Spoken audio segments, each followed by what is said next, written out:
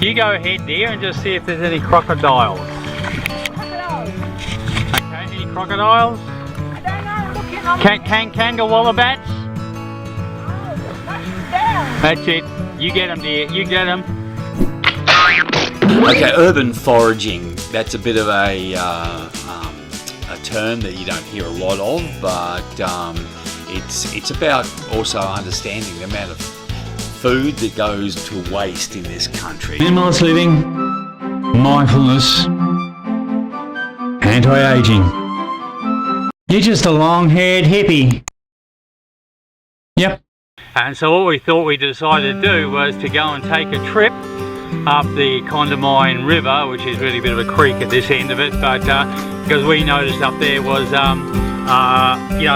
ripe blackberries up there, so we've gone up some blackberry pickings, just as a see what's happening, get in the water, any excuse to get into the water, so that's us at the moment. I say it's bloody hot and I feel like I might capsize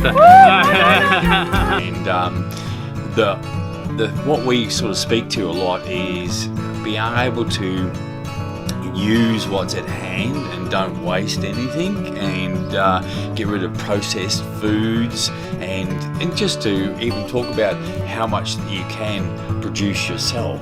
Yeah, well, I was really amazed at the amount of food and berries and greens out there that are just growing in the wild that no one's taking, well, not to say no one, but that not a lot of people are taking advantage of, that just goes to waste. berry, figs, and grapes. Yeah, we've just been scouting the area, and seeing what's been available, and we're just waiting for the time that it's going to come into fruition, so we've got eye on some figs, grapes, and these berries here. So this is another form of urban farming, but not like urban scavenging, Urban scavenging. The amount of food waste that goes on in this world is just deplorable. Yeah, well, we produce all this food and put a lot of pressure on the planet to produce the food by clearing all the land to grow the food, and then we just throw it away. Yeah, I can't quite remember the statistics, but just I know, I think something like 30%, or it may even be more, of food that gets produced actually just gets thrown away, and so that's what this is about today. Just we took off up the creek actually, or up the river as it is. The current. But there's not much of a current at the moment. So we're doing it's a drought.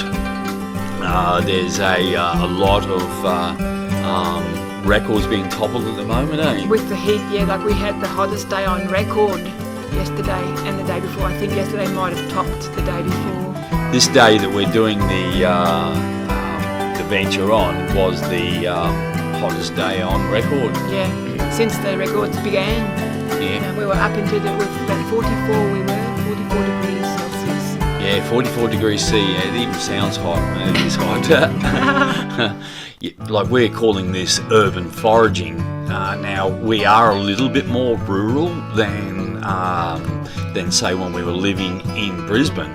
But even in Brisbane, we took the time, because we bike a lot, we took the time to go around and to see what was available, and we would get lemons, oranges, passion fruits, and these are all available to us from the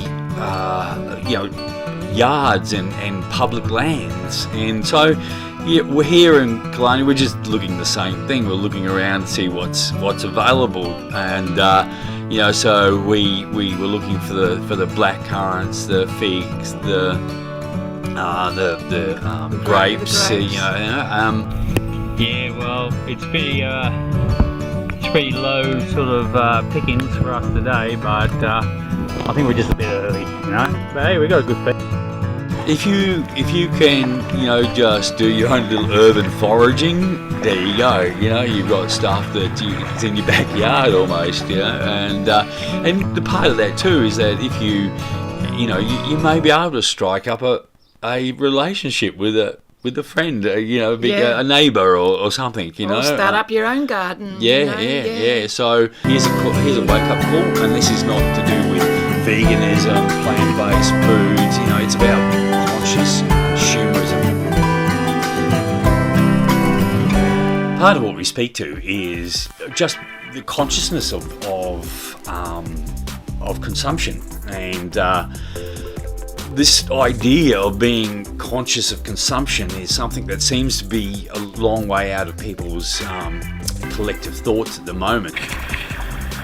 This isn't our normal place we collect it from, but that's what I mean. If you're looking around, you can find all sorts of stuff. Well, that's a wild watercress. Has like a mustard flavour, and God, just get it out of your mouth, girl. God. But it's a really, really nutritious greens, and there it is, floating in our creek, and we know our creek's pretty good, It's not even down to the point where everything you purchase from a shop, if it's got plastic on it probably will end up in the water supply somehow, or it's another piece of trash that we've got to look at, So, we know that our lives need some commercial intent, I was going to say, So, there are products that are made for mass consumption that we all need, But there's a point there when you've got to be able to say, all right, enough is enough. I said before we were looking at macadamias, but actually what I meant was pecan trees, but they're obviously not ripe as yet, but it's just a really old plantation that just seems to be abandoned, but we're just having a quick look through, but it's a shame to see them just go to rack and ruin. But what we're looking at here is just the continuation of getting that message through that plant-based food sources. They're available to you without the unnecessary infrastructures that go on with more animal-based agriculture. We're eating these, and just after the sun's got off them, and seriously, they taste like it just tastes like a sweet cordial or something, because the sun has just warmed them up, and very gorgeous.